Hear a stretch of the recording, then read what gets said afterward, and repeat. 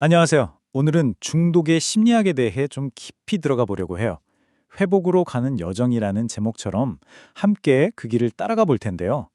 우리가 흔히 생각하는 것처럼 중독이 단순히 의지가 약해서 생기는 문제가 아니거든요. 사실 그 이면에는 아주 복잡한 심리적인 과정이 숨어 있어요. 바로 거기서부터 오늘 이야기를 시작해 보겠습니다. 모든 이야기의 시작은 바로 이 한 문장입니다. 중독은 행복을 통제하려는 시도다. 이게 무슨 말이냐면 중독이 어떤 도덕적인 실패나 나쁜 마음에서 시작되는 게 아니라는 거예요. 오히려 누구나 바라는 그 행복, 그 평화를 어떻게든 내 손으로 컨트롤하고 싶다는 어쩌면 지극히 인간적인 마음에서 비롯된다는 거죠. 근데 바로 여기서 문제가 시작됩니다. 네, 바로 이 질문이 오늘 우리가 풀어가야 할 핵심입니다. 행복을 통제하려던 그 시도가 역으로 어떻게 우리 삶 전체를 통제하게 되는 걸까요? 그 무서운 메커니즘을 지금부터 하나씩 파헤쳐 보겠습니다. 자, 중독을 제대로 이해하려면요. 먼저 중독이 우리에게 약속하는 그 강력한 느낌, 바로 황홀감의 정체를 알아야 합니다. 중독자들이 그토록 빠려드는 이 황홀감에는 크게 세 가지 얼굴이 있다고 해요. 네, 바로 이 세 가지입니다. 첫 번째는 짜릿한 힘을 느끼게 하는 각성, 두 번째는 모든 고통을 잊게 해주는 포만감, 그리고 마지막은 현실에서 도망치게 해주는 환상이죠. 이 세 가지의 공통점이 뭔지 아세요? 전부 다 일시적이고 굉장히 강렬하고 또 내가 이걸 통제할 수 있다는 착각을 준다는 겁니다. 그럼 각각이 어떻게 우리를 사로잡는지 좀 더 자세히 들여다볼까? 자, 첫 번째 얼굴은 바로 각성입니다. 이거 뭐냐면 갑자기 내가 뭐든 할 수 있을 것 같은 엄청난 힘을 느끼는 그런 황홀감이에요. 전능해진 것 같은 기분이죠. 예전에는 코카인이나 도박 같은 게 대표적이었다면 요즘은 어떨까요?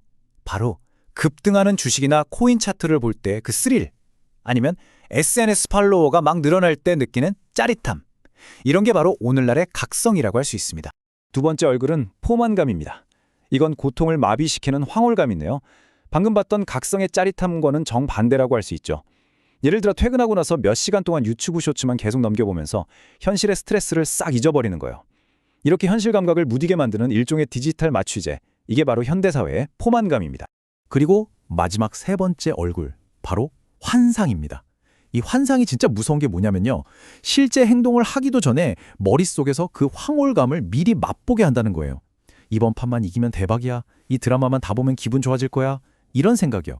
즉, 이번에는 다를 거야 라는 이 거짓된 믿음이 중독이라는 수레바퀴를 계속 굴러가게 만드는 아주 강력한 연료가 되는 겁니다. 자, 이렇게 황홀감에 빠져드는 과정은 결국 예측 가능한 추락으로 이어지게 됩니다. 중독이 어떻게 한 사람의 마음속에서 조용히 시작돼서 삶 전체를 무너뜨리게 되는지 그 3단계의 과정을 한번 살펴보겠습니다. 바로 이 그림이 중독이 진행되는 과정을 아주 잘 보여주고 있어요.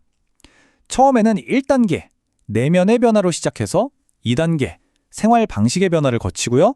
마침내 3단계, 삶의 붕괴에 이르는 정말 치명적인 여정이라고 할 수 있죠. 각 단계를 간단히만 짚어볼게요. 1단계는 겉으로는 잘 안 보여요. 마음속에서 변화가 일어나는 시기죠. 그러다 2단계가 되면 오늘은 딱 한 잔만 해야지 같은 자기와의 약속이 슬슬 깨지기 시작하면서 삶의 균형이 무너집니다. 그리고 마지막 3단계에 이르면 브레이크가 완전히 고장난 자동차처럼 통제력을 완전히 잃고 삶 전체가 파국으로 치닫게 되는 거죠. 2단계에 있는 중독자의 마음속이 바로 이런 모습입니다. 해도 괜찮아 하는 목소리랑 절대 안 돼 하는 목소리가 하루 종일 치열하게 싸우는 거예요. 이건 거의 내전 상태나 다름없죠.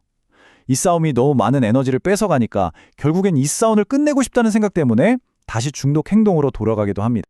그래서 이 지점이 정말 중요합니다. 3단계까지 가게 되면 중독은 더 이상 개인의 의지력으로 해결할 수 있는 문제가 아니게 됩니다. 외부의 전문적인 도움이 없이는 이 파괴적인 순환고리를 끊어내는 게 거의 불가능해지는 거죠.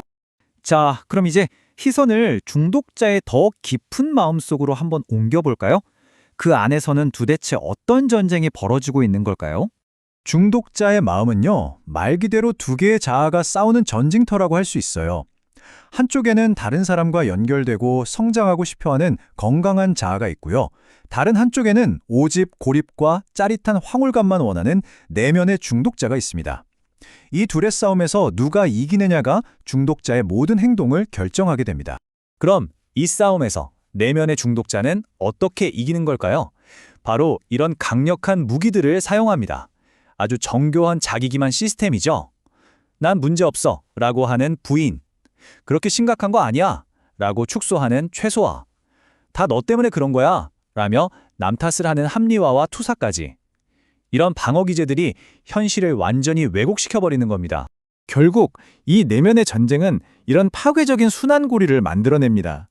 중독 행동을 하고 나면 엄청난 수치심이 밀려오고 그 수치심 때문에 사람들을 피하게 되죠. 그렇게 훈제가 되면 고립감과 외로움은 더 깊어지고 그 고통을 잊기 위해 다시 중독 행동을 찾게 되는 정말 빠져나올 수 없는 덫에 걸리게 되는 겁니다. 하지만 아무리 깊은 절망 속에 있더라도 길은 있습니다. 이 파괴적인 순환을 끊고 새로운 삶으로 나아가는 회복의 길이 어떻게 시작되는지 지금부터 살펴보겠습니다. 여기서 정말 중요한 포인트가 나옵니다. 회복이라는 게요, 그냥 뭔가를 딱 끝낸 걸로 끝나는 게 아니라는 거예요. 이건 거의 삶의 중심축을 완전히 바꿔버리는 일종의 혁명 같은 겁니다. 이전에는 쾌락이나 힘을 쫓아서 살았다면 이제부터는 가치, 목적, 그리고 나 자신보다 더 큰 무언가를 위해 사는 의미 중심의 삶으로 넘어가는 거죠. 이게 바로 회복의 핵심입니다. 이 피라미드 그림이 그 여정을 정말 완벽하게 보여주고 있어요. 가장 밑바닥에 있는 쾌락 중심의 삶에서 벗어나 그 위 단계인 힘 중심의 삶을 거쳐서 마침내 정상에 있는 의미 중심의 삶으로 올라서는 것. 이것이야말로 회복의 진짜 과정이라고 할 수 있습니다. 결국 오늘 우리가 함께한 이 모든 여정은 이 하나의 문장으로 요약할 수 있을 것 같습니다. 회복은 과거의 삶을 끝내는 것이 아니라 완전히 새로운 삶을 시작하는 것입니다. 진짜 나 자신을 되찾고 의미 있는 관계 속에서 삶의 목적을 발견하는 그 여정. 그 여정은 바로 지금 여기서 시작될 수 있습니다.